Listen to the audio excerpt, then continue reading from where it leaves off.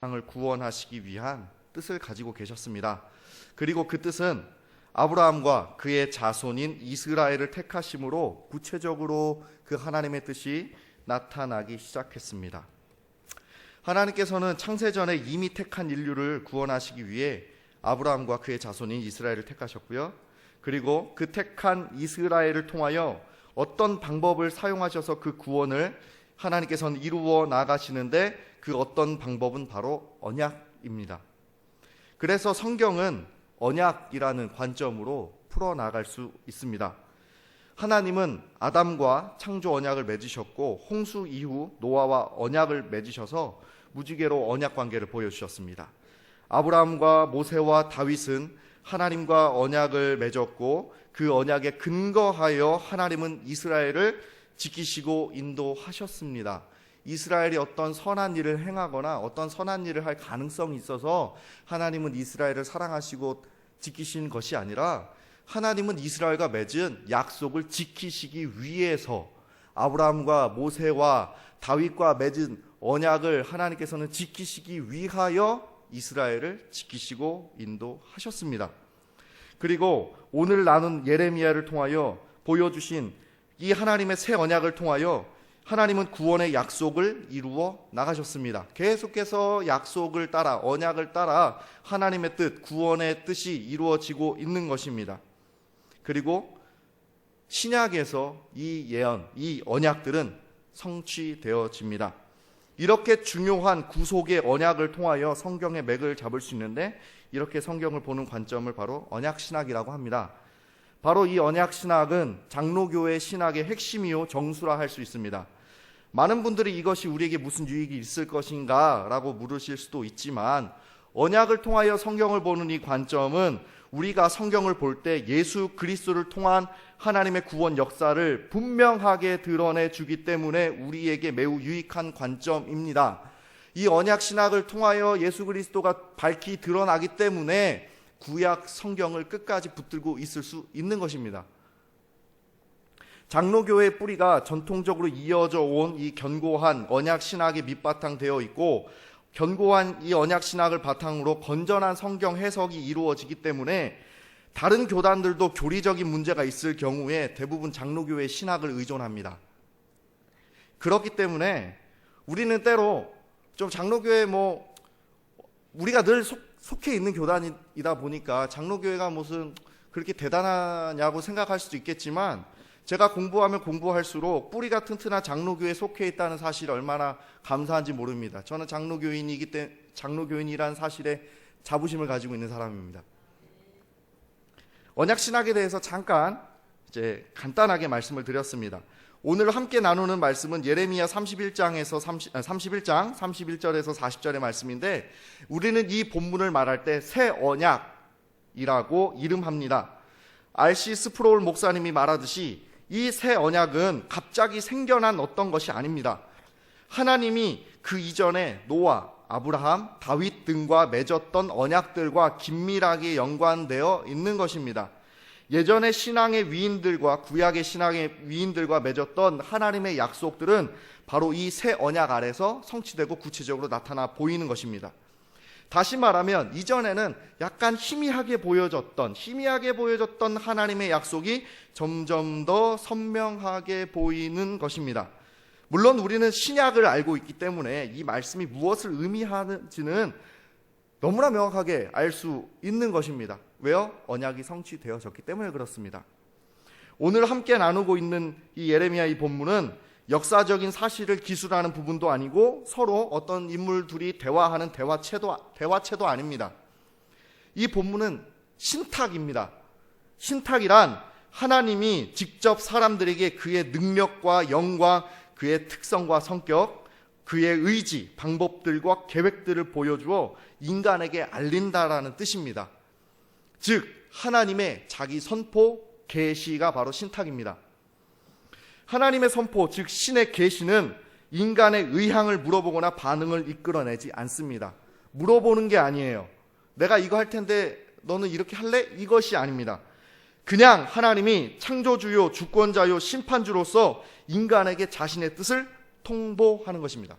내가 이렇게 할 거야. 내가 이렇게 일을 진행할 거야. 인간은 그냥 하나님의 뜻을 따라야 하는 것입니다. 피조물인 인간에게는 이 신탁 앞에서 선택권이 없습니다. 하나님의 어미하신 명령 앞에서, 말씀 앞에서 우리는 가타부타 무엇인가 이야기할 자격도 없는 존재일 뿐입니다. 예레미야 당시 시대는 요시야 왕이 유다가 하나님께로 나아갈 수 있도록 개혁을 진행했지만 그것으로 유다가 완전히 하나님께로 돌아오지는 않았습니다. 그 후 시드기야 왕에 이르러서는 유다가 더욱 악해져서 하나님 앞에 죄를 계속해서 쌓아두고 있었습니다. 그 와중에 국제적으로는 아수르가 약해지고 중동 지역의 힘의 균형이 흐트러지게 되어버렸습니다. 그러자 애굽이 슬그머니 다시 고개를 들어서 중동 지역의 패권을 차지하려고 하는 와중에 신흥 강자 바벨론이 일어나는 형국이 진행됩니다. 얼마나 혼란스러울까요? 지금 우리 동북아시아 정세도 그렇잖아요. 중국이 힘을 딱 얻으면서 점점 일본은 힘을 조금씩 잃어가고 미국은 계속해서 이 동북아시아에서 영향력을 행사하려고 하니까 이게 불균형이 계속 되어지면서 좀 충돌이 일어나려고 하잖아요. 물론 이제 무력의 충돌이까지 일어날 것 같진 않지만 어쨌든 약간 불안하잖아요. 국제 정세가. 이때도 마찬가지라는 거예요. 강자가 지고 다른 강자가 다시 올라오려고 하는데 바벨론이란 신흥 강자가 다시 올라와서 정리를 하려고 하는 그런 와중이었습니다. 국내적으로 종교의 그 이스라엘이 하나님을 온전히 섬기지 못하였고 국제적으로도 국제 정세가 복잡하게 돌아가게 됨으로써 이스라엘은 북이스라엘은 이미 아수르에 의해 망해버렸기 때문에 남아있는 남유다도 굉장히 불안했던 상태였습니다. 하나님은 이러한 상황 속에서 유다가 하나님께로 돌아오지 않자 바벨론 손에 유다를 넘기시기로 작정하셨습니다. 그리고 70년 종살이를 할 것이라고 선포하셨습니다. 아무런 희망도 없이 죽을 날만 받아둔 민족이 아이러니하게 바로 하나님이 택한 백성이었습니다. 그렇지만 하나님은 아브라함과 모세와 다윗과 맺으셨던 언약을 근거로 유다를 징계하지만 또한 언약을 근거로 이들을 버리지 않고 끝까지 붙드시기로 작정하셨습니다. 그리고 더욱 놀라운 약속을 통해 하나님의 큰 뜻을 이스라엘에게, 유다에게 보여주시기로 하셨습니다. 유다가 하나님께 잘한 것은 아무것도 없었습니다. 다만 하나님의 인자와 자비에 근거하여 하나님은 유다와 언약을 맺으시는 것입니다.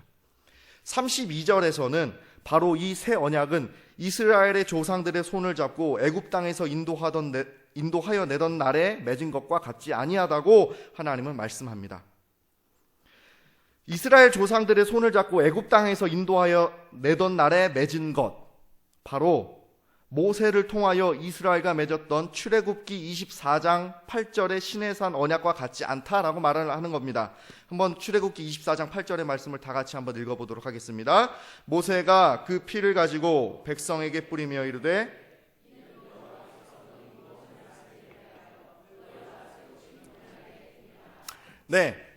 출애굽하고 하나님은 이스라엘과 언약을 맺으셨습니다.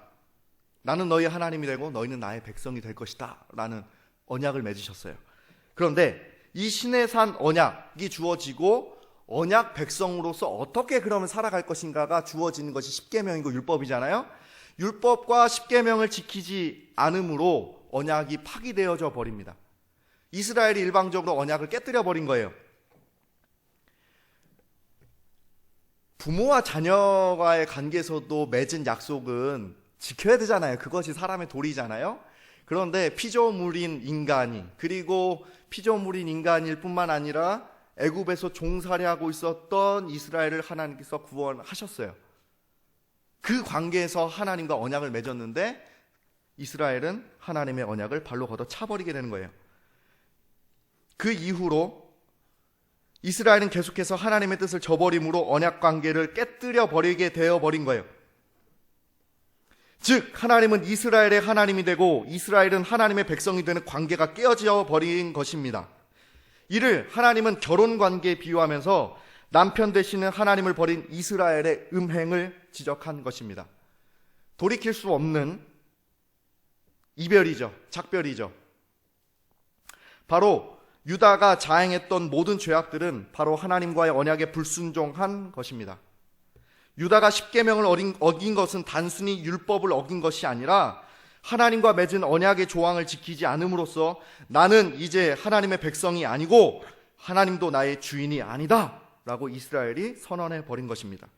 이미 북이스라엘은 언약의 파기의 결과로 인해 아수르에 의해 이미 망했고 유다 또한 하나님과 맺은 언약의 파기로 인해 하나님의 도우심과 은혜를 누릴 수 없게 된 것입니다. 예레미야 11장 14절을 다 같이 한번 읽어보겠습니다. 시작. 그러므로 너는 이 백성을 위하여 기도하지 말라.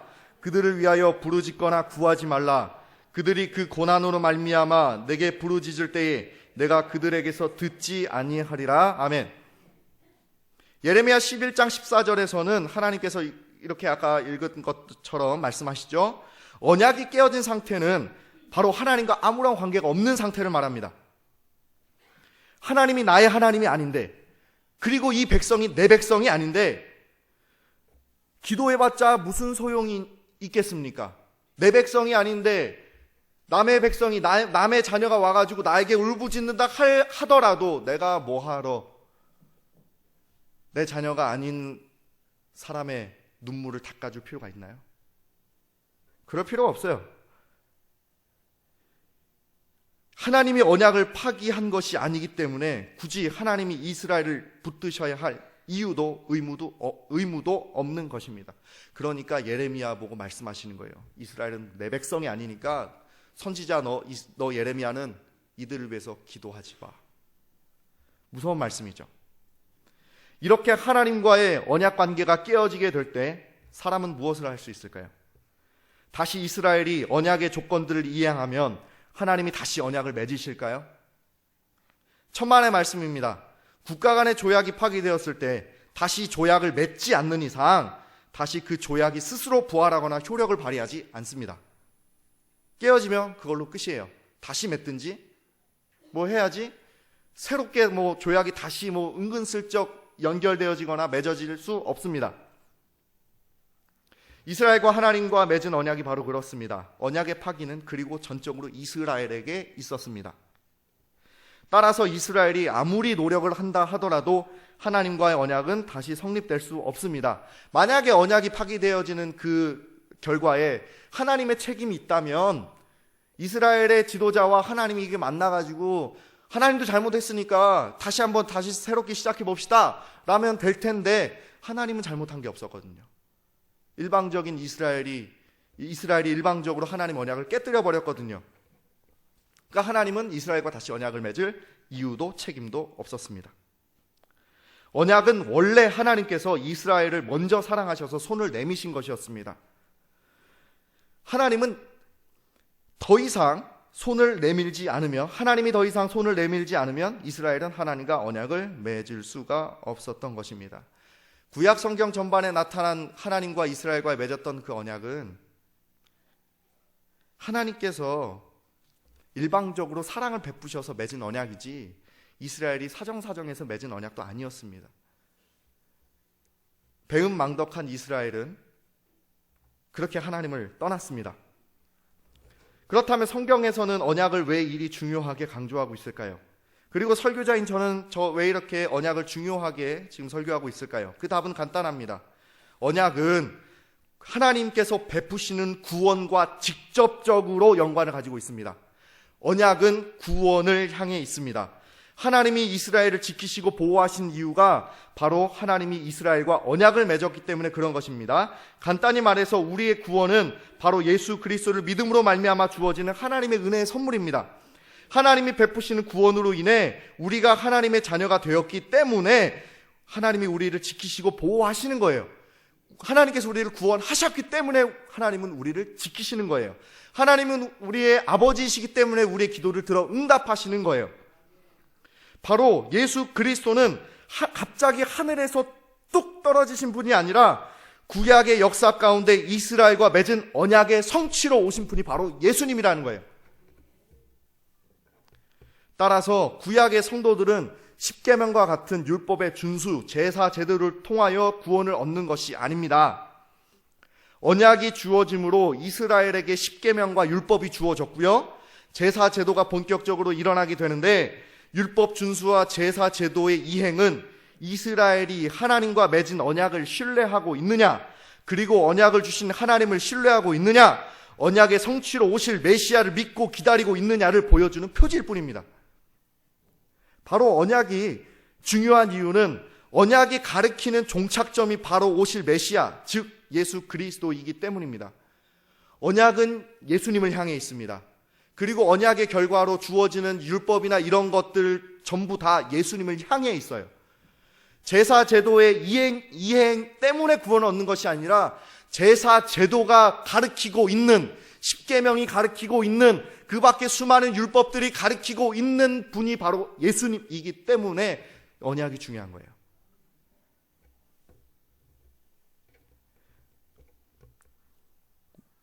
우리의 구원을 우리의 힘으로 얻을 수 없는 것과 이스라엘이 깨진 언약을 이스라엘 스스로 다시 이을 수 없는 것과 같습니다. 언약은 전적인 하나님의 주권과 은혜에 달려 있습니다. 이스라엘은 언약에 관련하여 어떤 말도 할 자격이 없습니다. 그런데 33절에서 하나님은 다시 이스라엘과 언약을 맺으시겠다고 말씀하십니다.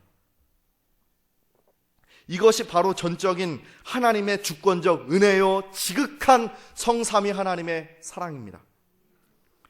그런데 이전에 맺었던 시내산 언약과 새롭게 맺을 언약이 같다면 다시 이스라엘이 불순종할 경우 언약이 다시 파기될 위험을 가질 수밖에 없습니다. 그래서 하나님은 하나님 자신의 사랑의 능력으로 이스라엘의 심장 속에 언약의 법을 새겨주시겠다고 약속을 하시는 겁니다. 사람은 언약을 지킬 능력이 없으니 그 언약을 지킬 수 있도록 하나님의 법을 사람의 마음 가운데에 심어주시겠다는 하나님의 사랑입니다. 예전에는 돌판에 십계명을 새겨서 이스라엘이 보게 했고, 정기적으로 율법을 낭독함으로 이스라엘이 듣게 해서 하나님의 뜻을 알게 되었다면, 하나님은 이젠 사람의 마음속에 하나님의 뜻을 새겨 넣어 온전한 하나님의 백성으로 삼으시겠다는 뜻을 밝히신 것입니다. 즉 어느 누구도 하나님의 사랑을 끊을 수 없도록 하나님이 최종적인 조치를 취하신 것입니다.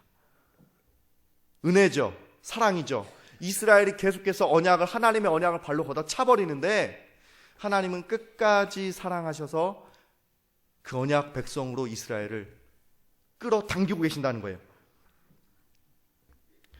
사람의 가장 근본적인 변화는 바로 마음의 변화에서부터 시작이 됩니다. 사람은 마음이 변해야 비로소 변했다고 말할 수 있습니다. 하나님은 하나님의 백성의 마음을 변화시켜 온전한 하나님의 백성으로 삼으시려는 뜻을 가지고 계셨습니다. 이스라엘은 타의에 의해서가 아니라 하나님의 사랑에 감격하여 일어나게 되는 자발적인 헌신과 사랑으로 하나님의 뜻을 따라 살아갈 수 있게 될 것입니다. 그리고 우리는 그날을 또 바라보고 있죠. 하나님 앞에 섰을 때에, 우리가 천국에 들어갔을 때, 지금은 여전히 두 마음이 우리 마음 가운데 싸우고 있잖아요. 세상의 가치관과 또 하나님을 사랑하는 그 마음이 서로 막 싸우고 있잖아요. 그 싸움을 싸우고 있는데 저 하나님의 나라 앞에, 하나님 앞에 섰을 때, 하나님 나라에 들어갔을 때 세상의 마음은 간 곳 없고 정말 예수님만 보면서 사랑하면서 그 주님만을 사랑하고 경배할 수 있게 되는 그날 우리가 기대하고 있잖아요. 하나님은 그날을 지금 기대하고 계시는 거예요. 34절에서는 근본적인 마음의 변화로 인해 모든 사람들이 하나님을 알게 되므로 더 이상 사람들이 하나님을 알라고 말할 필요가 없어지게 될 것임을 하나님께서는 약속하셨습니다. 그리고 이러한 하나님의 약속은 이스라엘을 향한 일방적인 용서로 나타납니다. 하나님이 용서해 주시겠다는 거예요. 언약을 깬 너무나 큰 죄를 범하고 있지만, 여전히 그 죄악 가운데 살아가고 있지만 하나님은 사랑하셔서 그것들을 깨끗이 죄악들을 씻으시고 언약을 맺을 수 있는, 다시 언약을 맺을 수 있는 조건으로 하나님께서 만들어 주시고 다시 하나님 언약을 맺으시겠다는 거예요. 전적인 하나님의 은혜입니다. 하나님의 백성임에도 불구하고 하나님의 뜻을 저버린 이스라엘에게 하나님은 용서하심으로 하나님 자신의 인자와 자비를 나타내셨습니다. 이와 같은 무조건적인 용서가 하나님과 그의 백성 간의 새로운 언약 관계를 가능하게 하고 구원의 은혜에 다시 포함될 수 있도록 하는 것입니다. 이스라엘은 바로 이렇게 용서하시고 은혜를 베푸시는 하나님을 통하여 구원의 은혜에 참여할 수 있게 되었습니다. 이와 같은 하나님의 약속의 표지는 35절에서 37절까지 온 천지와 만물을 주관하시는 하나님을 찬양함으로 증명합니다. 하나님께서 자연법칙을 지정하셨습니다. 해가 동에서 뜨고 동에서 떠서 서에서 지고 계절의 변화가 있고 하는 그 모든 자연법칙을 하나님께서 지정하시고 주관하시는데, 하나님께서 지정하시는 자연법칙은 하나님이 바꾸시지 않는 이상 계속 유지됩니다. 사람의 힘으로 바꿀 수 없습니다. 해, 달, 별을 지으시고 주관하시는 분은 하나님이십니다. 36절에서는 하나님이 지정하신 자연법칙, 즉 지구의 자전과 공전의 법칙이 무너지게 된다면 언약이 깨어지게 될 것이라고 말씀합니다. 이것은 그 자연법칙이 깨어질 것이다를 말하는 것이 아니라 하나님께서 세우신 자연법칙은 영원할 거예요. 하나님이 바꾸시지 않는 이상 영원할 거란 말이에요. 그 누구도 바꿀 수 없을 거란 말이에요. 하나님과 맺은 언약도 이와 같을 거란 말이에요. 하나님의 언약 관계는 영원할 거예요. 하나님이 지정하시고 주관하시기 때문에 그렇습니다. 그 어느 누구도 대항할 수 있는 세력이 없어요. 그만큼 이스라엘과 맺은 새 언약은 매우 견고하고 하나님께서 친히 그 언약을 지탱하신다는 것을 의미합니다. 그 언약은 누구도 침해할 수 없고 간섭할 수 없는 하나님의 영역입니다. 이스라엘은 이번에도 거저 은혜를 받았습니다. 37절의 의미도 35에서 36절의 반복과 재확인으로 강조됩니다. 사람이 하늘을 측량하거나 땅의 기초를 탐지하면 언약을 깨고 이스라엘을 버리겠다는 것입니다. 사람은 지금도 하늘, 즉 우주를 측량하는 것은 물론이거니와 아직까지도 땅의 기초도 측량하지 못합니다. 탐지하지 못합니다. 계속해서 바다 깊은 곳에서는 새로운 생명체들이, 새로운 물고기들이 발견됩니다. 아직도 사람은 발견해야 될 것이 지구상에서도 무궁무진합니다. 절대 하나님께서는 언약을 폐하거나 바꾸시지 않겠다는 하나님 스스로의 증명입니다. 난 절대로 이 언약을 바꾸지 않을 거야. 아브라함과 맺었던, 모세와 맺었던, 다윗과 맺었던 이 언약을 절대로 파기하지 않고 이어갈 거야. 하나님의 뜻입니다. 하나님이 절대로 이스라엘을 버리지 않겠다는 강한 의지를 보여줍니다. 하나님의 사랑은 그 누구도 막을 수 없습니다. 그리고 영원합니다. 하나님은 이러한 언약의 성취를 바로 예루살렘의 재건으로 묘사하였습니다. 예루살렘은 바로 이스라엘, 즉 언약 백성을 상징합니다. 하나님은 새 언약에 근거하여 예루살렘을 다시 재건하는 이미지를 통하여 언약 백성인 이스라엘을 다시 일으켜 세우실 것을 약속하셨습니다. 예루살렘의 재건의 강렬한 특징 중에 하나는 40절의 시체와 재의 모든 골짜기라는 표현입니다. 정확히 어디를 가리키는지는 알 수 없지만 예레미야 7장 31절에 유다 사람들이 이방신 몰렉에게 자식을 불태워 바치던 예루살렘의 남서쪽 흰놈 골짜기를 가리키는 것으로 보통 추측합니다. 이것은 단순히 예루살렘 성이 멋진 건축물처럼 재건된다는 의미를 넘어서 이방의 못된 습관들까지 하나님께서는 제거해 버리고 예루살렘에 속한 언약 백성들의 삶 자체가 하나님의 마음에 합당하도록 달라질 것이라는 사실을 우리에게 보여주고 있습니다.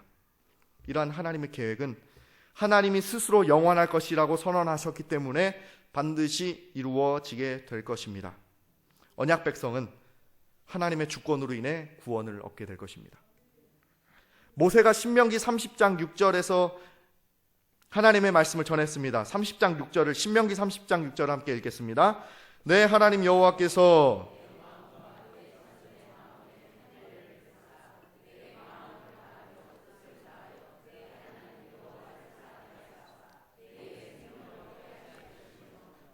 네, 신명기 6장 6절도 읽겠습니다. 시작. 오늘 내가 내게 명하는 이 말씀을 너는 마음에 새기고, 모세를 통해서 하나님께서 말씀하신 대로 백성들의 마음은 하나님의 뜻대로 변화될 것입니다. 그리고 하나님의 뜻은 돌판이 아니라 언약 백성의 마음에 새겨질 것입니다. 하나님은 언약에 신실하신 하나님입니다.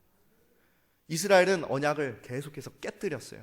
그러나 하나님은 깨뜨린 언약을 다시 갱신하시고, 예전에 모세를 통하여서 이스라엘과 맺었던 언약을 계속해서 유지하고 계세요. 갑자기 새 언약이 딱 등장하는 것이 아니라, 하나님께서 판을 뒤엎고 새로운 것을 주시는 것이 아니라, 이미 예전에 사랑으로 맺으셨던 그 언약을 하나님께서는 지키시고 계신 거예요. 이스라엘은 언약에 신실하지 못했지만 하나님은 언약에 계속해서 신실하신 분입니다. 새 언약은 하나님의 영광을 온전히 드러냄으로써 구원하시는 하나님의 은혜와 자비를 갈망하도록 합니다. 하나님의 은혜 없이 살 수 없구나라는 것을 다시 한번 이스라엘이 깨닫게 되어지는 것입니다. 주의 백성들을 이미 택하사 구원하시기 위한 계획을 세우셨고, 하나님은 계속해서 성실히 이끌어 오신 것입니다. 하나님의 그 사랑과 그 언약에 신실하신 그 하나님의 성품이 구약 전체를 계속해서 흘러가고 있는 것입니다. 사람은 신실하지 않지만 신실하신 하나님은 계속해서 그 자신의 약속을 유지하고 붙들고 계셨습니다. 그러나 사람은 죄로 인해 하나님의 뜻을 이행할 수 있는 능력이 상실된 상태입니다. 하나님에게 사람의 뜻이 계속해서 부어질지라도 사람은 그 은혜와 사랑을 저버리고 하나님을 거부할 수밖에 없습니다. 그만큼 죄가 무서워요. 우리는 죄를 별것 아니라고 생각하지만 우리가 생각하는 것 이상으로 죄는 너무나 무서워요. 너무나 우리를 계속해서 끊임없이 넘어지게 해요. 죄의 문제의 심각성을 잘 모르기 때문에 어떤 사람들은 제도의 변혁으로 또는 위대한 사람의 지도로 세상을 바꾸고자 하는 노력을 계속하고 있는 거예요. 사회운동의 무용론을 말하는 것은 아닙니다. 사회 변혁을 외치는 목소리는 필요합니다. 그러나 그것으로 세상을 완벽하게 바꿀 수 있으리라고는 우리는 생각하면 안 돼요. 역사적으로 수많은 사회운동이 일어났고 사회운동의 과정 속에서 수많은 사람들이 피를 흘렸습니다. 교회와 마찬가지로 민주주의도 수많은 사람들의 피를 먹고 자랐습니다. 그러나 그러한 사회운동으로 세상이 달라지진 않았습니다. 근본적으로 달라지진 않았습니다. 물론 지금 우리가 누리고 있는 자유와 평화는 수많은 사람들의 피와 눈물로 얻어진 것이 사실입니다. 그 사실에 대해서 저는 늘 감사하고 늘 기억하려고 애쓰고 있습니다. 그것을 무시하는 것이 아니에요. 다만 하나님께서 원하시는, 그리고 어떤 면에서 인류가 원하는 완전한 세상은 사람들의 눈물과 피로 만들 수 없다는 것입니다. 오직 하나님의 은혜로 사람의 마음이 변하고 변한 마음으로 하나님의 뜻에 순종하며 살면서 다른 이들의 마음과 생각을 일깨우고 세상을 변혁시켜 나아가는 거예요. 그리고 완전한 세상은 예수 그리스도께서 재림하신 날에 이루어지는 것이지, 하나님의 나라가 완성되는 그날에 하나님의 통치하심이 완벽하게 우리 앞에 성취되는 그날이 보여지는 것이지, 그것은 하나님이 하시는 거지 사람이 하는 것이 아니란 말이에요. 하나님께서 때가 되어 하나님의 나라를 완성시킬 때 세상은 비로소 하나님의 구원을 맛보고 그때 완전해지는 거예요. 우리의 힘으로 할 수는 없어요. 사람을 진정으로 사람 되게 하는 하나님의 구원의 은혜는 바로 하나님을 통하여 주어진다는 말입니다.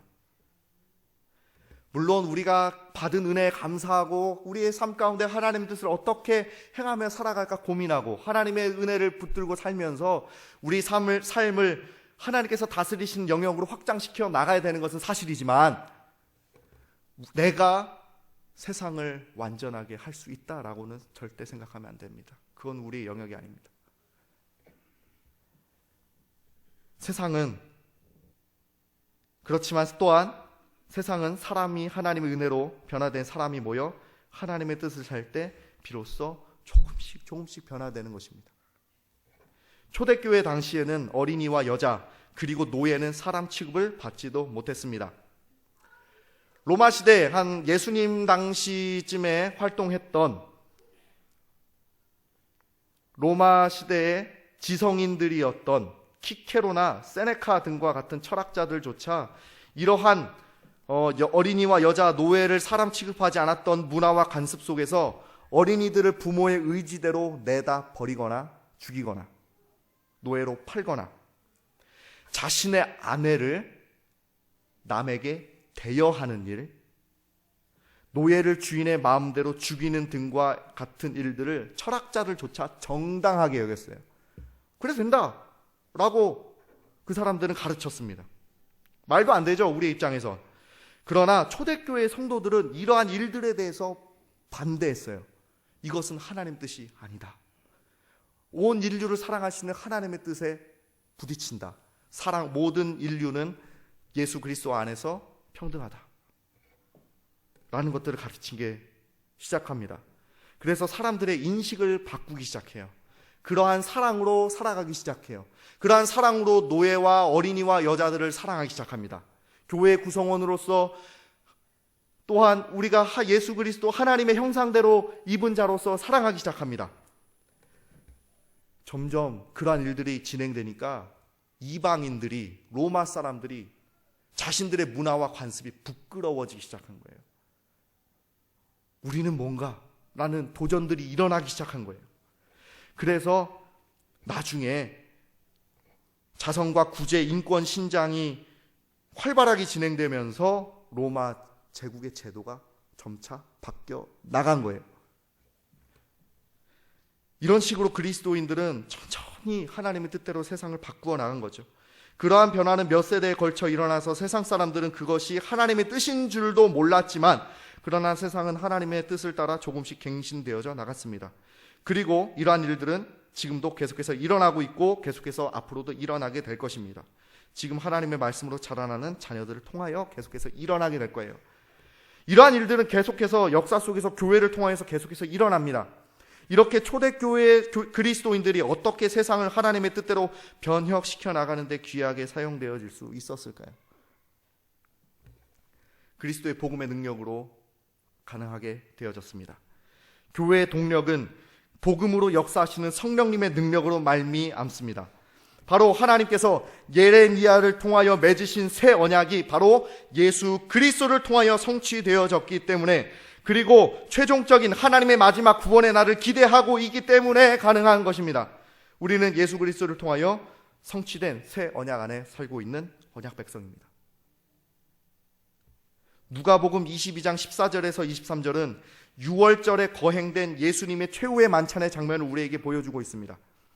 예수님은 유월절 식사를 하는 가운데 빵과 포도주를 나누면서 빵과 포도주에 새로운 의미를 부여하시며 앞으로 자신을 기억하며 이런 식사, 즉 성찬을 계속 반복하도록 명령하셨습니다.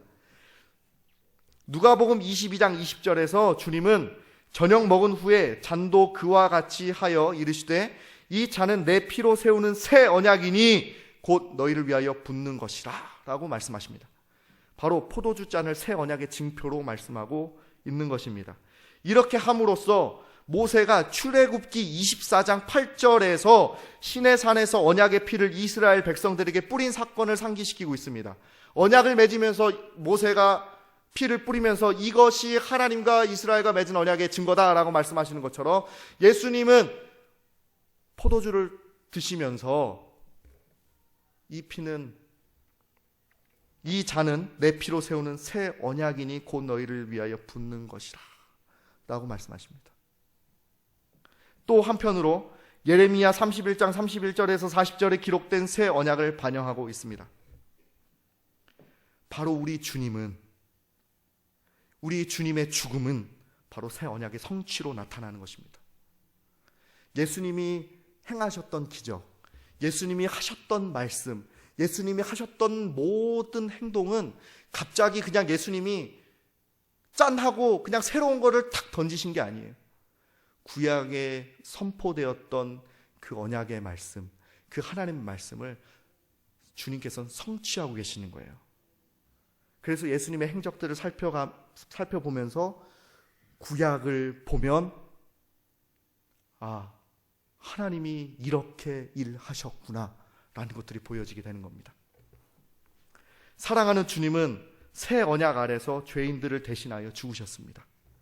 그에 따라 하나님이 주신 언약을 바라보며 예수를 믿는 모든 사람들의 죄를 실제로 제거해 주십니다. 그리고 그 주님의 그 죽으심으로 말미암아 믿는 자는 하나님의 백성이 되고 하나님은 믿는 자의 아버지가 되십니다.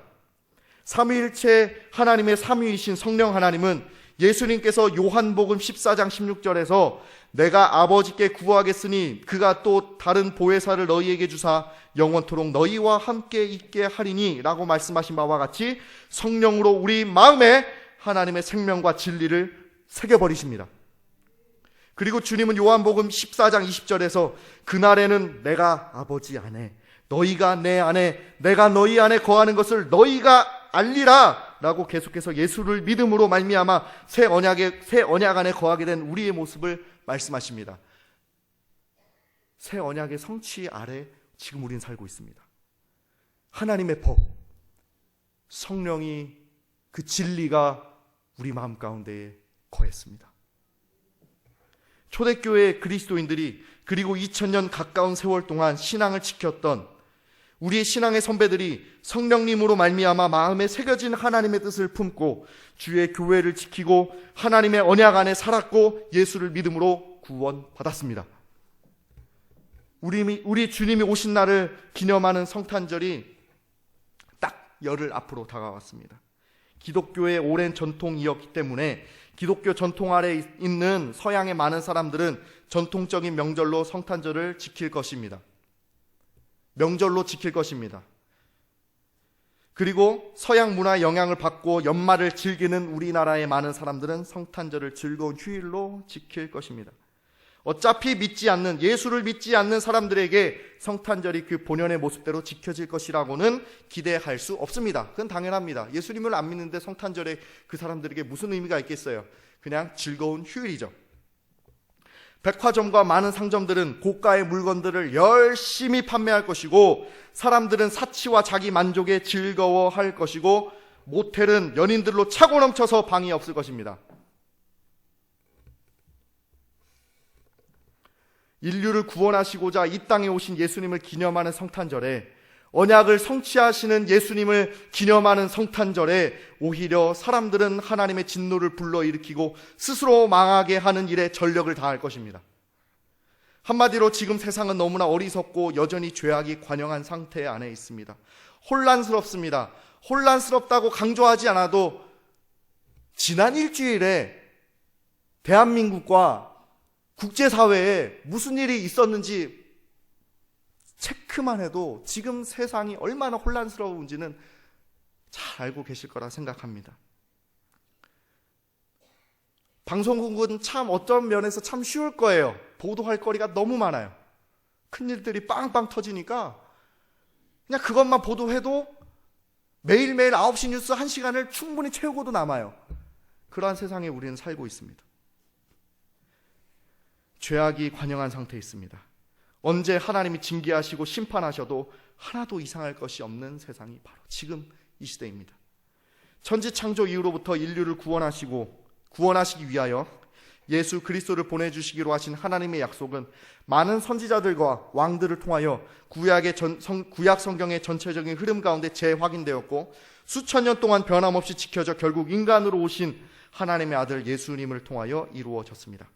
그리고 신약 성경의 저자들은 언약을 이루신 아들 예수 그리스도에 대하여 많은 증언들을 쏟아냅니다. 언약이 어떻게 성취되어졌는지를 보여줍니다. 예수 그리스도를 믿는다고 고백하는 신앙인들은 자신이 하나님을 선택해서 예수님을 믿는 것이 아닙니다. 오히려 끝까지 참고 기다리시는 하나님의 은혜로 예수를 믿노라라고 고백하고 구원받게 된 것입니다. 만약 그분이 우리를 창세전부터 택하여 주시지 않았다 하면 우리를 세상 사람들과 마찬가지로 더욱 큰 죄를 짓고 살며 멸망의 날이 코앞에 다가온 줄도 모르고 예수 그리스도를 조롱하다가 멸망당하게 되어졌을 것입니다. 하나님 우리를 택하여 주시지 않았다면 우리는 버림받아 마땅할 수밖에 없었습니다. 아이와 어른 할 것 없이 우리는 새 언약을 이루시는 예수 그리스도가 필요한 자들입니다.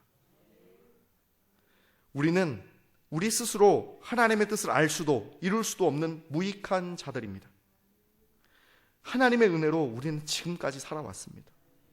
그리고 우리는 하나님의 은혜를 의지하며 살아갑니다. 그런 마음의 경향이 왜 발생되어졌을까요? 하나님의 법이 우리 마음 가운데 새겨졌기 때문에 가능합니다. 그 마음조차도 우리 스스로 먹을 수 없다는 거예요. 예수님을 믿음으로 우리 마음에 하나님의 법이 심겨졌습니다. 그래서 우리는 하나님을 사랑하고 그분의 뜻을 청종하며 순종하고자 하는 마음이 일어나게 되는 거예요.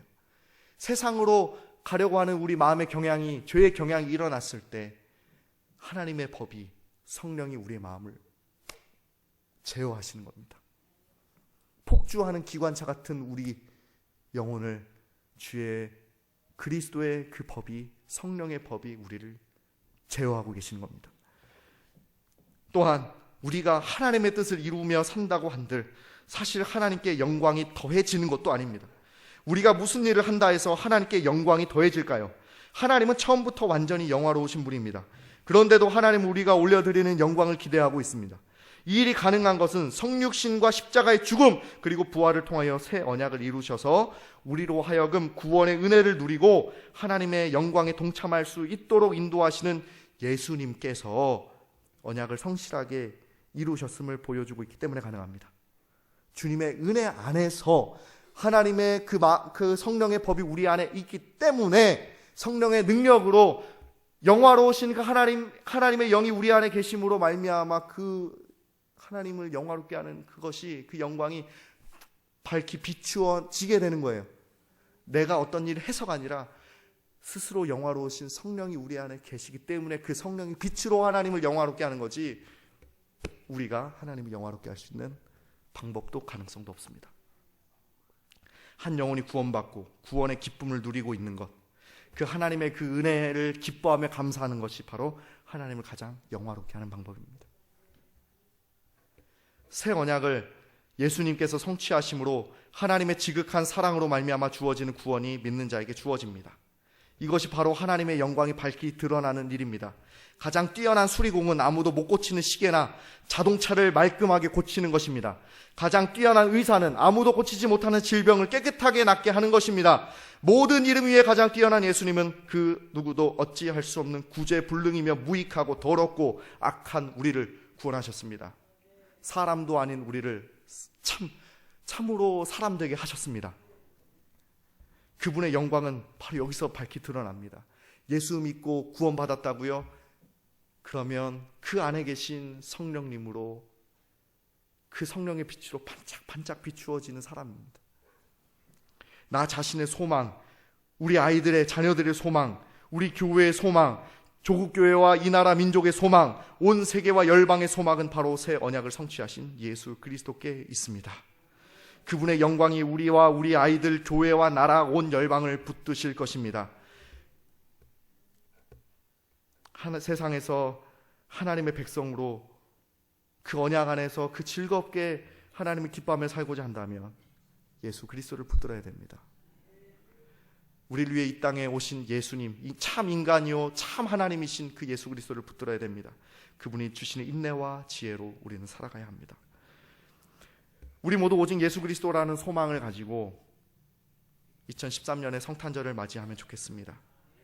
다 아는 이야기라고 그냥 늘 매년 찾아온 성탄절이라고 무덤덤하게 맞이하지 말기 바랍니다. 최소한 여러분의 생일보다는 기뻐해야 되는 거 아니에요? 우리 성도님들의 회갑, 칠순, 팔순, 돌잔치보다 더 기뻐해야 되는 거 아니에요? 그분 때문에 우리가 살았는데 더 진짜 기뻐해야 되는 건 아닐까요? 우리 하나님은 성실하게 약속을 이행하셨어요. 우리 구원하려고. 이유는 단 한 가지예요. 우리 구원하려고 하나님은 창세 전부터 계획하셔서 그 언약을 성실하게 지금까지 인도하죠. 그리고 우리가 주님 앞에 바로 서는 그날까지 하나님은 그 약속을 이루실 거예요. 그런데 성탄절이 우리에게 기쁨이 아니라고요? 무덤덤한 날이라고요? 우리는 진짜 회개해야 돼요. 하나님 우리를 얼마나 사랑하시는데요. 마지막으로 아직 혹여나 이 자리에 예수님을 믿지 못함으로 언약받기에 권한 분들에게 권면합니다. 우리의 죄와 연약함을 아시고 구원하시기로 작정하신 하나님의 은혜를 신뢰하시기를 바랍니다. 그리고 하나님의 지극한 사랑, 창세전부터 지금까지 그리고 앞으로도 영원히 계속될 하나님의 그 지극한 사랑과 은혜로 인간의 몸을 입고 오신 예수 그리스도를 나의 구주로 믿고 평생 사랑하시기를 소원합니다. 그분의 사랑이 얼마나 감격스러운지, 그분의 능력이 얼마나 큰지, 그분이 주시는 구원의 기쁨이 얼마나 놀라운지 깨닫게 되기를 소원합니다. 성탄의 가장 큰 선물이 하늘에서부터 당신에게 주어지기를 소원합니다. 그리고 그 기쁨으로 성탄절을 즐겁게 맞이하시길 바랍니다. 기쁨으로, 기도함으로, 즐거움으로 하나님을 영화롭게 하시기를 소원합니다. 기도하겠습니다.